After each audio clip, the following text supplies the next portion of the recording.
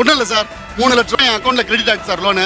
இப்போ நான் லோனை க்ளோஸ் பண்ணா எவ்வளோ சார் நான் பே பண்ணணும்? எப்படியா இருந்தாலும் அவர்கிட்ட டிராக்டர் பிடிங்கிறீங்க அவ்வளவுதானே. நீங்க இருக்கிறது மாளிகையில் இல்ல, நீங்க இருக்கிறது கண்ணாடி வீட்டுல. இப்ப நான் சொல்றேன் sir, banks have lost their human face.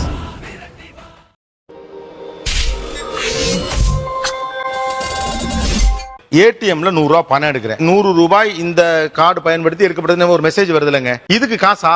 50 paise. ஓ, அதுக்கும் காசா? இன்னும் பச்சை புள்ளையா இருக்கேடா. பச்சை புள்ளையா?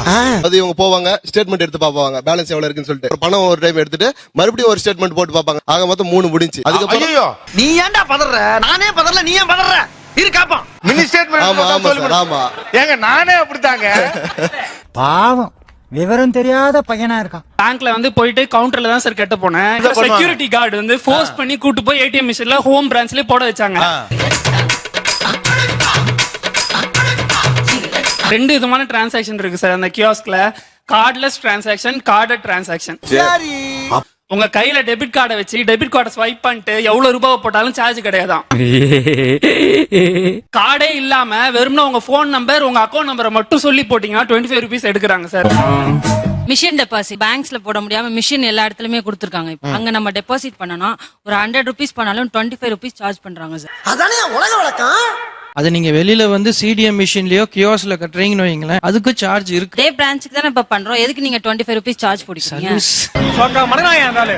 மாட்டினாடா மானஸ்த. ஒன்றும் இல்லை சார், 3 லட்சம் என் அக்கௌண்ட்ல கிரெடிட் ஆயிடுச்சு சார் லோனு. இப்போ நான் லோனை க்ளோஸ் பண்ணா எவ்வளோ சார் நான் பே பண்ணணும்? டேய், ஏன்டா கொந்தளிக்கிற? ஆனா நீங்க என்ன சார்ஜ் பண்ணீங்க சொல்லுங்க? பிரைவேட் செக்டர் பேங்க் சார் நாங்க. சார் எவ்வளவு சொல்லுங்க சார். சார் 10,000 ரூபாயோ 15,000 ரூபாயோ 20,000 எப்படி சார் சொல்ல 30,000 முடியும் நீங்க? இருடா ஓ ஒருத்தனுக்காக மட்டும் நான் இங்க வரல, 50 பேருக்கு சேர்த்து தான் வந்திருக்கேன். நீ தலைவர் மாதிரி கத்துற. pre closure charges if it's 2% it depends on the bank. Since the loan has been sanctioned and it has been credited in the account, x square plus y square plus 2xy. அது மாதிரி இது சரி tension ஆகாத வந்து குண்டு. நான் என்ன பண்றேன், உங்கள்ட்ட இருந்து காசு வாங்கி இன்னொருத்தன்ட்ட கொடுக்குறேன். நான் 5 வருஷத்துக்கு அங்க கமிட் பண்றேன். நீங்க எனக்கு நாளைக்கு நீங்க கட்டிட்டீங்கன்னா அந்த மணி நான் எங்க போய் டெப்ளாய் பண்ணுவேன்? கடமை, கண்ணியம், கட்டுப்பாடு, இந்த 3மே உங்ககிட்ட இருந்து தான் சார் உங்க டிபார்ட்மெண்ட்டுக்கு ஏற்றுமதி ஆகுது. வெயிட் பண்ணுங்க, அவர் என்ன பதில் சொல்றாருன்னு வெயிட் பண்ணுங்க. நான் 30,000 ரூபாய் உங்களுக்கு சார்ஜ் பண்றேன். நான் எதுக்கு சார்ஜ் பண்றேன்? எதுக்கு சார்ஜ் பண்ண கூடாதுன்னு நான் கேக்குறேன். எப்படி பண்றீங்க? நான் பேசுறது உனக்கு புரியுதாயா? புரியுதாயா? உனக்கு புரியுதாயா? The discretion of the bank can charge a more pre-closure charges. Public, you are Unless losing and the until public. if கண்ண வரலட்டு ஆட்டா. கேட்ட ஒரு கேள்வி கூட பதில் சொல்ல முடியல. Functioning is not transparent. very transparent. இப்ப கேக்குறேன் சார், எத்தனை நாள் பப்ளிக் பேராசியா இருக்காங்களோ அத்தனை நாள் நீங்க ஏமாந்துட்டு தான் சார் இருப்பீங்க. அந்த அளவுக்கு மக்கள் என்ன நம்புறாங்க, என் ஜோசியத்தை நம்புறாங்க. ஒரு அக்கவுண்ட் ஓபன் பண்ணி 15,000 சார்ஜ் பண்ணுவீங்க. மந்த்லி ப்ராடக்ட்ஸ் 2,50,000 இருப்பீங்க. ஆனா நாங்க பப்ளிக் சேவை செய்யறோம்பீங்க. வெரி குட்ரா. அது எப்பறம் என்ன பத்திர எல்லா விஷயத்தையும் மிக தெளிவா புரிஞ்சு வச்சிருக்க நீ. Private banks, ஒரு agreement banks not transparent in your service. pre-closure charges ஓட பேசிக் ரியாலிட்டி என்னன்னு தெரியுமா? தெரியவே தெரியாது சார். செக் ரிட்டர்ன் ஆனா 250 ரூபா 300 ரூபா சார்ஜ் பண்ணுவீங்க. ஓவர் இன்ட்ரெஸ்ட்க்கு வந்து என்ன அம்சம் ஃபாலோ பண்றது இல்ல. எப்ப பார்த்தாலும் என் தம்பி போய் தப்பா பேசுறதே எனக்கு வேலையா. மினிமம் பேலன்ஸ் வந்து 200 சார்ஜ் பண்ணுவீங்க. அப்புறம் அது ஒரு account opening doing a process over sir. அங்க தான் நீங்க தப்பு பண்றீங்க. புரியலையே. You are not governed by any rules at all. nothing like that. Each and every bank, each and every scheduled bank, each and every banking system is governed by RBI. வெளி உலக அறிவே இல்லாம இருந்திருக்கீங்க. சரி அதை விடுங்க. That people are not doing. You ask him to drag bank to the court. We have made banks kneel ரெண்டு down. பேர் தமிழ்ல கொஞ்சம் பேசினா நல்லா இருக்கும். இப்போ நீ ஏன் இங்கிலீஷ்ல புளிப்பு காட்டுன? பேங்க்குகளை நாங்க கோர்ட்ல மன்னிப்பு கேட்க வச்சிருக்கோம். ஐயோ, நீங்க ரொம்ப டேஞ்சர் போல்தே. பேங்க் மேனேஜரை நான் கிராஸ் எக்ஸாமின் பண்ண மறுநாள் ஒன் டைம் செட்டில்மெண்ட் எங்க ஃபேவர்ல பண்ணிருக்காங்க. இதெல்லாம் ஒரு பெருமையா பாஸ்? எனக்கு பெருமைடா எருமை. நீங்க இருக்கிறது மாளிகையில் இல்ல, நீங்க இருக்கிறது கண்ணாடி வீட்டுல. இப்ப நான் சொல்றேன் sir, banks have lost their human face. உதாரணம் ரொம்ப நல்லதா இருக்கு. ஆனா நாங்களும் 4 எழுத்து படிச்சவங்க தான். பேங்க்குகளுக்கு இன்னைக்கு யார் இறை? ஏன்னா பேங்க் ப்ராஃபிட் கால் தேடுது இல்லையா? இறைதான். நேரங்க உனக்கே நல்லா இருக்குதா? இந்த பேங்க்குக்குலாம் யார் டார்கெட்? பேங்கோட டார்கெட்ஸ் இப்போதைக்கு யாரு அப்படின்னா, யார் வந்து பேங்க்குக்கு ஃப்ரீக்வெண்டா விசிட் பண்ண மாட்டாங்களோ அவங்க தான் டார்கெட்ஸா இருப்பாங்க. நல்லா பண்றீங்க தம்பி, உங்க சேவை தேவை நாட்டுக்கு. லோன் கொடுக்கிறது அப்படிங்கிற ஒரு விஷயத்துல உண்மையாகவே வங்கி எப்படி செயல்படுகிறது, அதோட ட்ரூ ஃபேஸ் என்ன, நிஜ முகம் என்ன? ரொம்ப டீப்பான क्वेश्चंस எல்லாம் கேக்குறீங்க. இப்ப நான் பாக்குறேன் அப்படின்னு சொன்னா அநியாயம். பாடுறா, ஒரு 9,000 கோடி ரூபாய் வாங்கின ஒருத்தனை விட்டுவிட்டாங்க. ஒரு டிராக்டர் வாங்கி ஏதோ பண்ணிட்டு இருந்தவன பிடிச்சி அடிக்கிறானு. என்னடா இழிச்சவாய பாருங்க, எது கேள்வி கேட்க மாட்டாங்கற இலக்கே இருந்தா. ஒரு பேங்க் மேனேஜரோ, டெப்யூட்டி மேனேஜரோ, பிரான்ச் மேனேஜரோ, டிவிஷனல்ல ஏதோ ஒரு வேலை பார்க்கக்கூடிய அந்த நீங்க அதை படிக்கிறப்ப உங்களுடைய மனதில் என்ன ஓடும்? சரி, இது வரைக்கும் என் வாழ்க்கையில நான் பொய்யே சொன்னதில்ல. அம்மா என்ன அதிர்ச்சி தான். ஒரு பேங்க் மேனேஜர் பார்வையில இருந்து இதை கேட்கிறேன். ஏன்னா பொதுவா இது வரைக்கும் உங்க டிஸ்கிரிப்ஷன்ங்கிறது ஊடகத்துல வரல, அதனாலதான் கேட்கிறோம். தேங்காம சொல்லுப்பா, நாங்க இருக்கோம்ல. நீ இருப்பியா?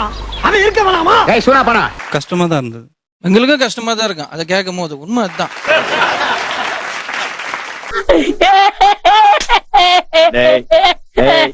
ஏன்டா சிரிக்கிற? ரொம்ப அழுதுருக்காங்க பாவம். ஏங்க எல்லாருமே வருத்தம் இருக்குங்க, அழுது கவலை. இப்ப நான் பட்ட வேதனை இருக்கே, அந்த வேதனை.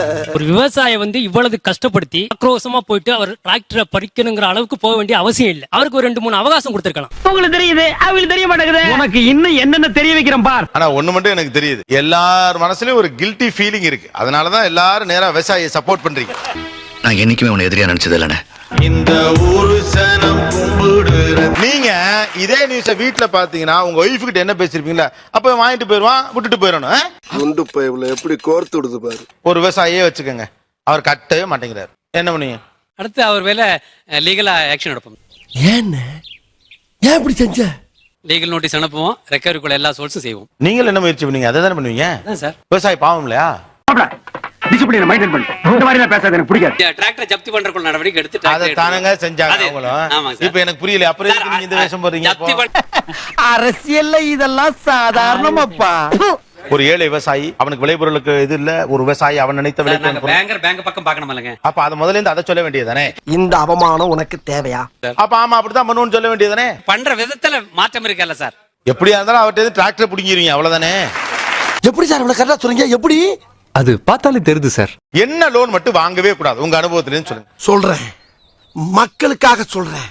இருக்கிற லோன்லயே ஃபர்ஸ்ட் லோன் அப்படிங்கிறது ஹவுசிங் லோன் அப்படின்னு நான் சொல்றேன். காரணம் சொல்லுங்க. காரணம் வந்து இதுதான் சார். நில்லுப்பா, நீ டென்ஷன் ஆகி என்ன டென்ஷன் ஆக்கிறாது? நான் ஒரு ஹவுசிங் லோன் வாங்கினதுக்கு அப்புறம் 4 வருஷம் ஆச்சு. 4 வருஷம் கழிச்சு நான் போய் ஒரு ஸ்டேட்மெண்ட் கேட்டா எந்த ரெஸ்பான்ஸ் எங்களுக்கு கிடைச்சது இல்ல, ஒரு பதில் கடிதம் கூட எங்களுக்கு வந்தது இல்ல. அதுல இன்ட்ரெஸ்ட் தான் ஃபர்ஸ்ட் 95% வந்து இன்ட்ரெஸ்ட் தான் எடுக்கறாங்க. ஃபர்ஸ்ட் இன்ட்ரெஸ்ட் தான் எடுப்பாங்க. உலகத்துல யாருக்குமே தெரியாத விஷயத்தை சொல்லிவிட்டாயா? 4 வருஷம் கழிச்சு போய் கேட்கும்போது 30 லட்சத்துல 28,50,000 லோன் அப்படியே இருக்கு. இன்ட்ரெஸ்ட் 50,000, 1,50,000 மட்டும் தான் ரெடியூஸ் ஆயிருக்கு. என்னடா சொல்ற? ஆமாண்ணே. இத போய் நான் க்ளோஸ் பண்ணணும்னு போனா லோன் கேட்கும் போது ரொம்ப அருமையா கொடுத்துட்டு லோன் க்ளோஸ் பண்ண விட மாட்டேங்கிறாங்க சார். எனக்கு அவ்வளவு ஆத்திரம் வருது, என் கோவத்தெல்லாம் அடக்கிட்டு இருக்கேன். சார் எவ்வளவு கடன் கட்டிங்க பேங்க்ல? சார் நான் வந்து 30 லட்சம் ரூபாய் கடன் வாங்கினேன் சார். கொடுத்தாங்களா? கடைக்காரர் கொடுத்தானா? கொடுத்தா. எத்தனை கொடுத்தா? 30 லட்சம் ரூபாய் கடன் வாங்கினேன் சார். இன்னொன்னு எங்க? ரொம்ப நாள் கழிச்சு 1 மாசம். அது தேவையில்லை. வாங்கிட்டீங்களா? வாங்கிட்டேன். என்ன கெடுல கொடுத்தாங்க? தக்காளி விட மாட்டான் போட்டிருக்க. என்ன கெடுல கொடுத்தாங்க? என்னோட ஏஜ பார்த்தாங்க. நீங்க 20 வருஷம். அது வேண்டாங்க. அது அனாவசியம். என்னோட கட்ட முடியற அமௌண்ட் வந்து 28,000 ரூபாய். எத்தனை ஆண்டுல கட்டுவீங்க? 20 ஆண்டு. 20 ஆண்டு. 20 ஆண்டு. இது எனக்கு சொல்ல தெரியாதா? கேட்டது 30 லட்சம் கொடுத்துட்டாங்க. ஆமா. ஒரு மாசம் வட்டி எவ்வளவு ஆகும் தெரியுமா? இவ்வளவு அதிகாரமா கேக்குறானே, தப்பா சொன்னா கொன்றுவானோ? பேங்க்ல இருந்து இன்னொரு பேங்க் மாத்தி டிரான்சாக்ஷன் பண்ணும்போது 20 to 25 rupees எடுப்பாங்க. ஒரு ஊருக்காரனா இப்படி எக்கச்சக்கமா மாட்டினா நல்லா வாப்பா இருக்கு. First 5 times free sir. அதுக்கு அடுத்து per transaction 20 rupees. 100 ரூபா எடுத்தாலும் 20 ரூபா தான். ஆமா சார். ஏன் தம்பி நீங்களா சொல்லக்கூடாதா? ஆனா இந்த பையன் சொல்லிதானே போட்டேன் நானு. அதான் ஒரு போயிட்டல பேட்ட. எனக்கு இதுதான் இஎம்ஐ ஈக்குவேட்டட் மந்த்லி இன்ஸ்டால்மென்ட்னு சொன்னாங்களே தவிர இன்ட்ரெஸ்ட் இவ்வளோ பிரின்சிபல் இவ்வளோன்னு கண்டிப்பா சொல்லல. அதை பத்தி எனக்கு தெரியாது. பாத்தீங்களா? செல்லத்துக்கு ஒண்ணுமே தெரியல. 9.5% அவங்க சொன்னது சார். எனக்கு தொகை சொல்லுங்க சார். சொன்னாங்களா? இல்லையே சித்தப்பு. உட்காருங்க உட்காருங்க. எனக்கு கடன் கிடைச்சு வீட வாங்கணும்னு நினைப்பேனா இன்ட்ரெஸ்ட் தான் முதல்ல பிடிப்பாங்க, பிரின்சிபல் தான் பின்னாடி பிடிப்பாங்கன்னு எனக்கு இதை யாருமே சொல்லல. நான் சொல்றேன். இன்னொரு விஷயம் கிளியரா கேட்டாங்க, எனக்கு ப்ராசசிங் ஃபீ இவ்வளவு வேணும், அதெல்லாம் வாங்கினாங்க. வாங்கிட்ட பிறகு அதை பத்தி பேச வேண்டாம். சரி ஓகே. பயப்படா, இவனே பயப்படா, அவ்வளவுதான். மாத வட்டி வந்து பாத்தீங்கன்னா 30 லட்சத்துக்கு 1 ரூபாய் வட்டி போட்டாவே சார் எவ்வளவு சிரமம்? சார் எவ்வளவு சிரமம்? 30,000 ஆகும். உன்னை நினைச்சா எனக்கு ரொம்ப பெருமையா இருக்கியா? எங்களுக்கு போட்டுக்கிறாங்க இல்லையா முதல்ல, அவங்களுக்கு நான் வட்டி கொடுக்கணும் இல்லையா? கட்டுறன்றது 26,000 தான். எப்படி அசல்ல குறையும்? இருந்தாலும் கடலமுத்து ரொம்ப ஸ்ட்ரிக்ட்பா. ஸ்ட்ரிக்ட்டா இல்லனா உங்க முன்னால எல்லாம் உத்தியோகம் பார்க்க முடியுமா? இல்ல சார், ஒரு சாதாரண மனுஷன் வந்து எவ்வளவு இன்ட்ரெஸ்ட் வாங்குறான் உங்க கிட்ட? இப்படி மாட்டிக்கிட்டீங்களே. ஒரு சேவிங்ஸ் டெபாசிட் வாங்கினா எவ்வளவு இன்ட்ரெஸ்ட், நான் லோனா வாங்குறது எவ்வளவு இன்ட்ரெஸ்ட்? எனக்கு வெறி வரக்குள்ள இங்க இருந்து போயிடுறேன். உங்களுக்கு வெறியும் தான் போவேன். இருங்க சார், அது கேக்குறதுக்கே 36 மாசம் எடுத்துட்டு இருக்கீங்க. ஏன் நீங்க 2வது மாசம் போய் கேட்க கூடாது? அந்த டைம்ல தான் சார் நான் வீடு கட்டி முடிக்கிறேன். சார் நார்மல் மேன் அப்படிதான் சார் இருப்பாரு. 100 ஆண்டு காலம் வாழ்க நோய் நொடி இல்லாமல் வளர்க்க. அப்புறம் இப்ப உங்களுக்கு தெரிஞ்ச விஷயம் எல்லாமே எல்லாருக்கும் தெரியணுங்கிற அவசியம் எல்லாம் கிடையாது. இதுக்காக நாங்க பேங்க் எக்ஸாம் எழுதிட்டு அவங்கள்ட்ட லோன் வாங்க முடியும்? அப்படி சொல்லுவல்ல. ஆஹா சோனா போனா ஒருத்தருக்கு வெள்ளத்தை போட்டோம்னா அருள் வறுமைக்கு ஆபத்து போட்டுருக்கா. நம்ம கவனமா டீல் பண்ணி ஆட்டத்தை கலைச்சிடறாசா. அப்படி சொல்லுவல்ல. சார் நீங்க சொல்றது புரியுது. அவருக்கு எப்படி குறையும் அப்ப கணக்கு சொல்லுங்க. ஏன்னா புரிதல் இல்லாம தானே அவர் கேட்கறதா நீங்க நினைக்கிறீங்க. நினைக்கிறேன் அப்படி. அதாவது வாய்க்கு வந்தபடி எல்லாம் பேசப்படாது. எதா இருந்தாலும் நியாயமா பேசணுமா இல்லையா? 20 வருஷம் லோனுங்க. மாசம் 30,000 ரூபாய் கட்டேன். 5 வருஷம் கட்டிட்டேன். 5 வருஷம் கழிச்சு நான் மீதி வந்து எவ்வளவு கட்டுனா ப்ரீ க்ளோஷர் பண்ணிக்கலாம். உங்க பேங்க் ஒத்துக்கும். இதெல்லாம் எனக்கு முன்னாலேயே தெரியாம போச்சு.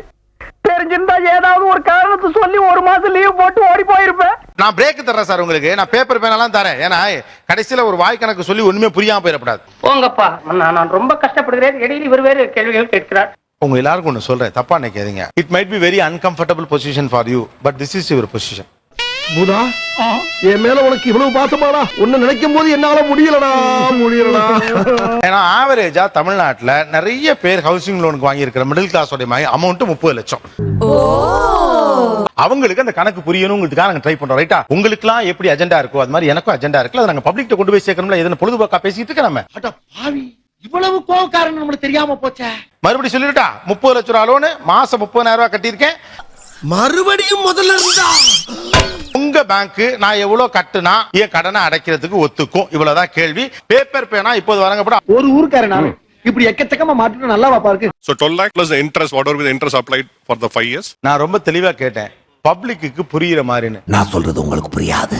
அப்ப புரியுற மாதிரி சொல்ல. இங்க இருக்கக்கூடிய சாமானியர்களுக்காக தானே பேங்க் நடக்குது. இல்லைன்னா விட்டுருங்க. Okay, past is past. நான் அதை பத்தி பேச விரும்பல. நீங்க வேணும்னே தான் புரியாம பேசுறீங்களான்னு கூட எனக்கு சந்தேகம் வருது. நான் கேட்டது ரொம்ப சிம்பிள் சார். 30 லட்சம் ரூபா உங்கள்ட்ட லோன் வாங்கினாரு. 30,000 மணிக்கு 5 வருஷம் கட்டிட்டாருங்க. இப்ப லோனை ப்ரீ க்ளோஸ் பண்றாருங்க. என்னடா மறுபடியும் அதே இடத்துல வந்து நிக்கிறான். 12 லட்சம் ரூபாய் பிளஸ் அந்த இன்ட்ரெஸ்ட் அந்த முதல் 5 வருஷம். அதான் சார் எவ்வளவுன்னு கேக்குறேன். தெரியல. மாசம் மாசம் கட்டுறதுக்கு அது பிரின்சிபல் குறைச்சிட்டே வரும் இல்லீங்களா உங்களுக்கு? அதுக்கு தான் சார் ஒரு கேப் கொடுத்து உங்களுக்கு பே பண்ணலாம். இது வந்து ஐயோ பாவம், அவரே கன்ஃபியூஸ் ஆயிட்டாரு. இல்ல சரடா 30,000 தான் கட்டுறேன் சார். எனக்கு என்னன்னா ஆச்சரியமா இருக்கு. அதாவது நான் ஒரு பாலிசி போடுறேன்னு வச்சுக்கோங்களேன். இவ்வளவு நேரம் நீ பேசுற பேச்சிலேயே இப்ப சொன்னதுதான் ரொம்ப ஆறுதலா இருக்கு. வரிசையா கோடா போட்டு முதல் வருஷம் இவ்வளவு வரும், 2வது வருஷம் இவ்வளவு வரும், 3வது வருஷம் இவ்வளவு வரும்லாம் சொல்லிடுறீங்க. இது உலக வழக்கம் தானுங்களே. ஃபர்ஸ்ட் மாசம் 30 lakhsல இன்ட்ரெஸ்ட் அப்ளை ஆகும் சார். செகண்ட் மாசம் வந்து interest will be applied on 20,70,000. அந்த கணக்கு தான் அவர் ஏற்கனவே சொல்லிட்டார் சார். ஏப்பா கிருஷ்ணமூர்த்தி நீ சொல்லிட்டியா? அப்ப நான் உண்மை ஒத்துக்குதாங்க வேணும். ரஃபாவாவது சொல்லுங்க சார் எவ்வளவு ஆகும்னு. சொல்ல மாட்டேன். பாரு மாமா சொல்ல மாட்டேங்கிறான். யோ சின்ன பையன் ஆசைப்படுறான், சொல்லியா? சொல்ல மாட்டாயா? இல்ல பேங்க்ல இருக்கவருக்கு இந்த பேசிக் ஐடியா கூட இருக்காதா சார்? சொல்லுங்க. ரஃபா சார் 30,000 இன்ட்டு 12ங்க சார், இன்ட்டு 5 வருஷங்க சார். நேஷனலைஸ் பேங்க் வந்து ப்ரீ க்ளோஷர் சார்ஜஸ் எதுவும் வாங்குறது இல்லைங்க. நிறைய போறான்டா. அதான் சார் எவ்வளவு கட்டணும்னு கேக்குறேன் சார். என்னால முடியலடா. போடா. இதுல ஏன் சார் இவ்வளவு ஹைட் பண்ணணும்? டிரான்ஸ்பரண்டா இருக்கலாமே சார். ரஃபா சொல்லிட முடியாதா சார் இத? நான் நினைச்சா பண்ணலாம், ஆனா பண்ண மாட்டேன். ஏன்னா இந்த கால்குலேஷனுக்கு உங்ககிட்ட ஒரு டேபிளே இருக்கு. இல்லைன்னா நீங்க எப்படி சொல்றீங்கன்னு தான் எனக்கு ரொம்ப ஆச்சரியமா இருக்கு. உங்க கால்ல வேணாலும் விழுறேன், தயவுசெய்து எனக்காக விட்டுருங்க சார். உங்க முன்னால டேபிள்ல இருக்கும் சார். 60 மாசம் கட்டினா எவ்வளவுன்னு உங்களுக்கு இருக்காதா சார்? இந்த 10 ரூபா பேசாம வா. பாரதி ஒரு வார்த்தை சொல்லியிருக்காரு, படிச்சவங்க சூதுவாது பண்ணப்படாது. இதுக்கு மேல நான் சொல்லவே மாட்டேன். என்ன கோபியாச்சு, என்ன நடந்துச்சு? நீ ஏன் இப்படி ஆடி போய் அசந்து போய் நின்னுக்கு இருக்க? அந்த 12 lakhs இன்ட்ராக்ட் அப்ராக்சிமேட்டா ஃபார் தி என்ன இன்னைக்கு ரொம்ப ஜாம் ஆகுது. 2.5 lakhs வரும் சார். அவ்வளவுதானா? 5 வருஷம் கழிச்சு இப்ப நான் 30 லட்சம் ரூபாய் சார் கமிட் பண்ணுங்க சார். போயிட்டான். யார்கிட்ட சார் சொல்றீங்க? உங்ககிட்ட தான் போயிட்டான். என்கிட்டயா? நான் வாங்கினது 30 லட்சம் ரூபாய் லோனு. மாசம் 30,000 மணிக்கு 5 வருஷம் கட்டிட்டேன். இப்ப நான் திரும்ப வந்து உங்கள்ட்ட ஒரு 14.5 லட்சம் ரூபாய் கட்டினா போதும். அப்படி பச்சையா சொல்ல முடியாது, ஒரு யூகமா சொல்லலாம். எவ்வளவு வருஷம் ரீபேமெண்ட்?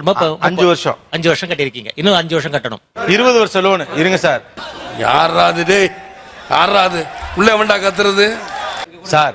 ஒவ்வொரு நீங்க அந்த பேங்க் இல்ல ஆமா இங்க பாரு, ஏதாச்சும் ஒரு பக்கம் ஆட்டு, ஒண்ணு இப்படி ஆட்டு இல்லன்னா அப்படி ஆட்டு. சார் ஏன் சார் ரொம்ப சிம்பிளா தான் பேசுறோம். இதுல ஒண்ணுமே இல்லையே சார். வேற எதனா கூட நீங்க சுத்தி விடலாம். ஏன்டா அப்படி பண்றீங்க? 20 வருஷம் லோனுங்க.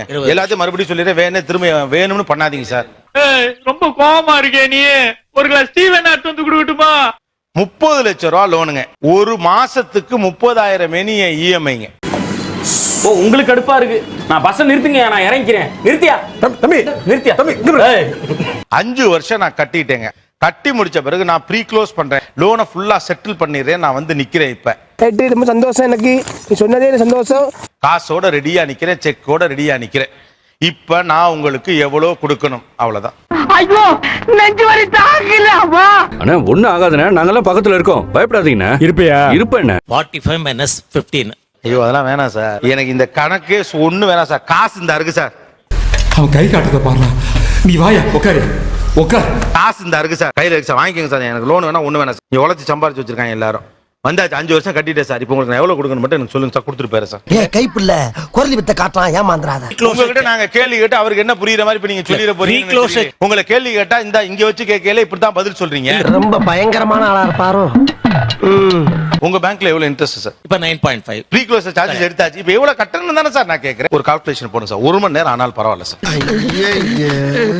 விடமாட்டான் போல் இருக்கு சார். ஒரு மார்வாடிக்கார்ட்ட இருக்கக்கூடிய ஒரு நியாயம் மட்டும் இருக்காதா சார்? இந்த கால்குலேஷன் ஒரு பேங்க் மேனேஜராலே கண்டுபிடிக்க முடியாதுன்னா how can you expect us to understand those things? கிடைக்கிற கேப்ல எல்லாம் ஆப்பு வைக்கிறியே சிவாஜி. எல்லாம் பேங்க் எக்ஸாம் எழுதி முடிச்சு தானே வந்திருப்பீங்க, எல்லாம் பண்ணிருப்பீங்க. ஆனா எனக்கு தெரிஞ்சு இது ஒரு டேபிளாவே உங்ககிட்ட இருக்குன்னு தான் நான் நம்புறேன். நம்பணும், சும்மா கேள்வியா கேட்க கூடாது. நம்புறியா?